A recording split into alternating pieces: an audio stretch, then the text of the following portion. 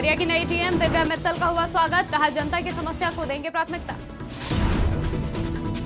नौकरी की तलाश में लखनऊ आए दंपति से विवाद, आरोपियों ने पति का अपहरण कर पत्नी से मांगी फिरौती।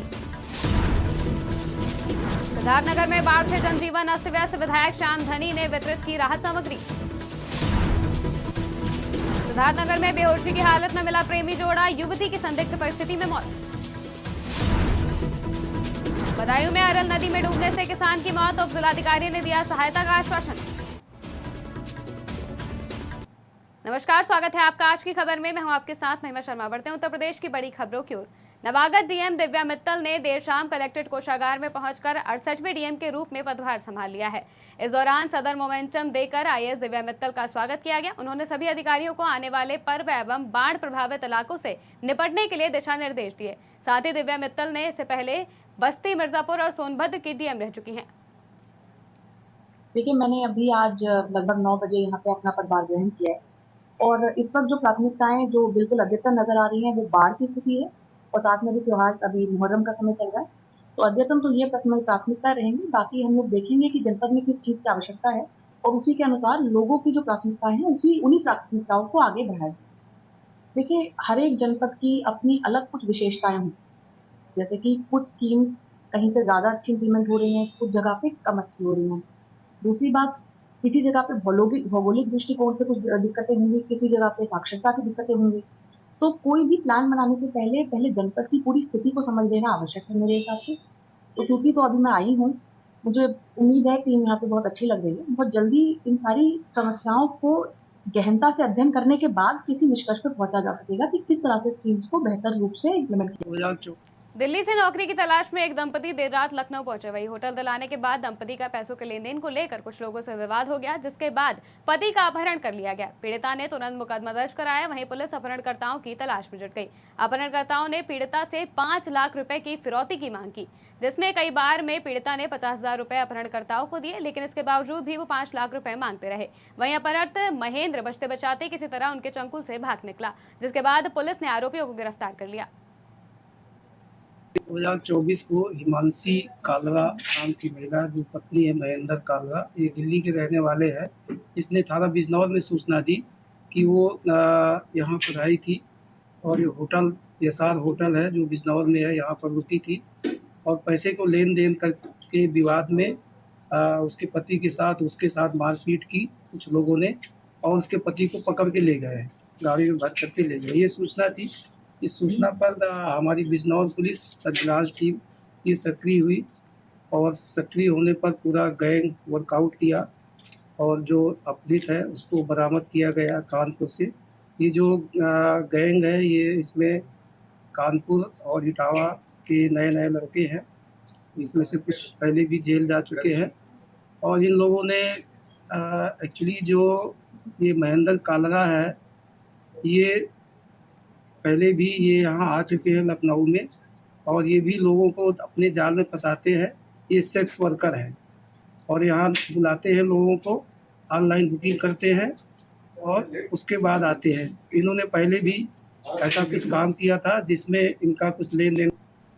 सिद्धार्थनगर में नदियों का जलस्तर बढ़ता जा रहा है। इससे बाढ़ ने भयंकर रूप ले लिया है और चारों तरफ पानी ही पानी नजर आ रहा है। वहीं बाढ़ का पानी बढ़ता देख प्रशासन पूरी तरह से अलर्ट है और जनप्रतिनिधि लगातार बाढ़ का जायजा ले रहे हैं। लेकिन वहीं नौगढ़ तहसील के अंतर्गत उसका ब्लॉक में दर्जनों गाँव में आम लोगों का जीवन अस्त व्यस्त हो गया है। वहीं कपिलवस्तु के विधायक श्याम धनी राही ने भलुआ गाँव और लाऊ खाई में बाढ़ पीड़ितों को राहत सामग्री वितरित की।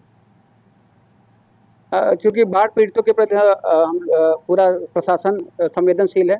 माननीय विधायक जी के साथ आज कई गाँव में भलुआ और अजगरा, लाऊ खाई विभिन्न गाँव में हम लोगों ने गए और नाव के द्वारा, स्टीमर के द्वारा जहाँ पीड़ित हैं उनके पास राशन किट, लंच पैकेट सबको वितरित किया गया है और पूरी संवेदनशीलता के साथ हम लोग सतर्क दृष्टि रखे हैं। कोई भी बाढ़ प्रभावित न होने पाए, कोई दिक्कत न होने पाए, इसके लिए प्रशासन एकदम सतर्क दृष्टि है और माननीय विधायक जी हर जगह जाके सहयोग कर रहे हैं और किसी प्रकार से कोई दिक्कत नहीं होगी।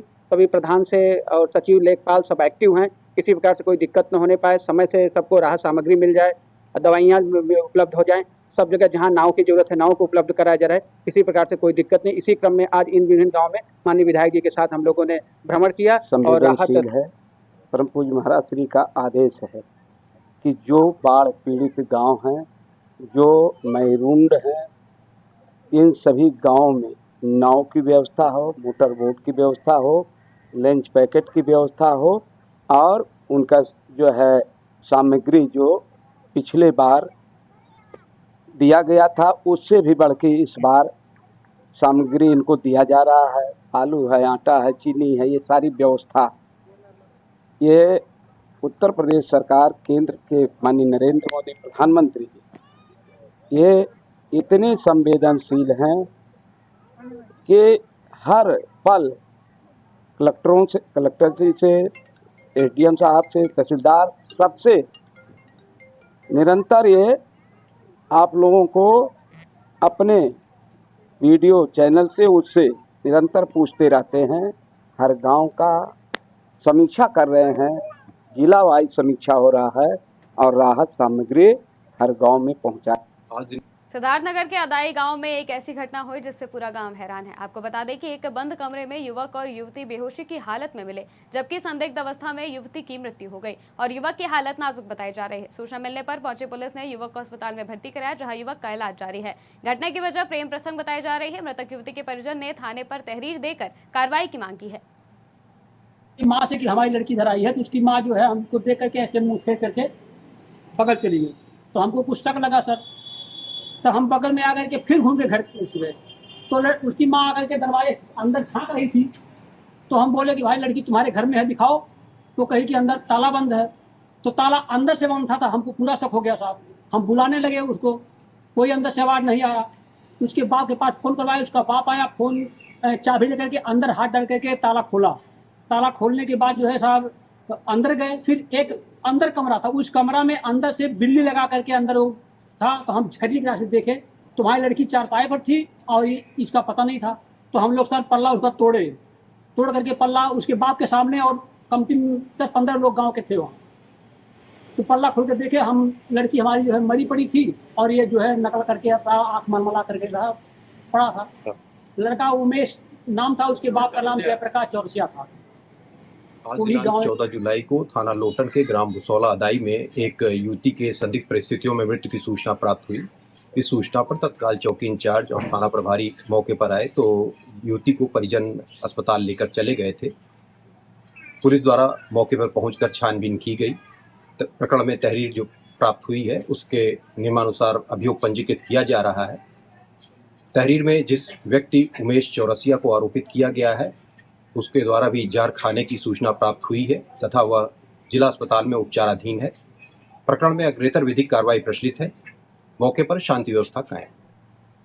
बदायूं में धान की रुपाई के लिए जा रहे किसान की अरल नदी में डूबने से मौत हो गई। गंगा एक्सप्रेस वे निर्माण में अरल नदी से ज्यादा मिट्टी उठाने से नदी में जगह जगह पर गड्ढे हो गए हैं और वहीं नदी पार करते समय गड्ढे में जाने से किसान की मौत हो गई। किसान की मौत से परिजनों व ग्रामीणों ने एक्सप्रेस वे के निर्माण कराने वालों पर आरोप लगाया है। साथ ही घटना की सूचना पर पहुंची पुलिस ने शव को पोस्टमार्टम के लिए भेज दिया। वहीं उप जिलाधिकारी ने कहा है कि मृतक गरीब किसान था, उपयुक्त सहायता दिलाई जाएगी।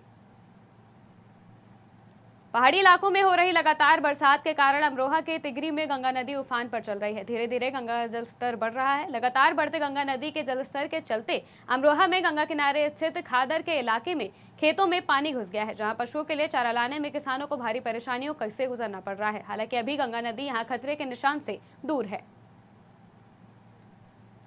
रायबरेली में छोटी छोटी बातों को लेकर मामला इतना तूल पकड़ लेता है कि लोग एक दूसरे के खून के प्यासे हो जाते हैं। स्थिति इतनी भयानक हो जाती है कि लोग एक दूसरे को नुकसान पहुंचाने के लिए किसी भी हद को पार कर जाते हैं। ऐसा ही एक मामला डी थाना क्षेत्र से सामने आया है। यहाँ दो पक्षों में मामूली विवाद को लेकर जमकर मारपीट हुई, जिसमें एक पक्ष के लोगों के सिर पर गंभीर चोटें भी आई हैं। सुबह 11 बजे लगभग 8 लोग मारपीट के हमारे अस्पताल में आए। उन सबका हमने प्राथमिक उपचार कर दिया है और सबका जो है वो मेडिकल हो गया है। उसमें से 6 मरीज जो है वो गंभीर अवस्था में थे, उनको जिला अस्पताल रेफर कर दिया गया। सुबह 11 बजे लगभग बात ये हुआ कि सर हमारा छोटा सा बच्चा था, रोज गुदी बिनने जाता था वो, और एक हमारी दादी लगती है, गाँव के हैं, तो उन्होंने बिन के आ रहे थे। तो मेरा बेटा बोला कि ये सारी गुदी बिन के आ गई। तो हमने बोला अपना नहीं बेटा, कहीं और से लाए। और वो भी बूढ़ी बोली कि आप तुम्हारे खेरे से नहीं लाए। तो हमने बोला कि रहने दे बेटा। वो जिद करने लगा तो हमने बोला रहने दे बेटा, अब की बिन के लाएंगे। तो मजाक में मैंने बोला इनको लाठी से मारेंगे, अब नहीं बिनेंगे। इतना बोलने के बाद जो दूसरा पक्ष था सर, उसने हमको तुरंत ही निकला, बोला मैं कूदी बिनूंगा, हमको लाठी से मारना। हमने बोला तुमको नहीं बोला, फिर भी वो हमसे जिद करने लगी। और ये 11 बजे की 12-1 बजे की बात है, दिन की बात बता रहा हूँ। उसके बाद फिर ये सर इतना बोलने के बाद हाथापाई करे, हमको गाल पे मारे भी 2-1 थप्पड़। हमने कुछ नहीं बोला, हमारी वाइफ पेट से है, आजकल उनकी लगी है डिलीवरी होने में। हमारी वाइफ और हम ही थे, हमारी मम्मी पापा नहीं थे यहाँ पे। बात ये हुआ, इसीलिए हुआ कि वो हमारा इतना बड़का नाती है और मंदिर है, फूलमती मंदिर है, तो 40-45 साल से हम झाड़ू पोछा करे साहब, वहाँ से झाड़ू पोछा करके नहा धो वहाँ जल चढ़ा के गलथरा पर जल चढ़ा के आई तक घर पर खाना खाई, तो आज जूता पालिश दुकान पकड़ी बबलू के। तो साहब वही कूटी के बड़े का जात रहे लड़का हमारा बेटौना। कितने लोग घायल हुए हैं? साहब 4 आदमी, 4। एक हमन, एक ऐसे अंगुरी या टूटी है ऐसा दिया साहब। इसीलिए उत्तर प्रदेश की खबरों में फिलहाल इतना ही। देश और दुनिया की तमाम खबरों के लिए देखते रहिए आज की खबर।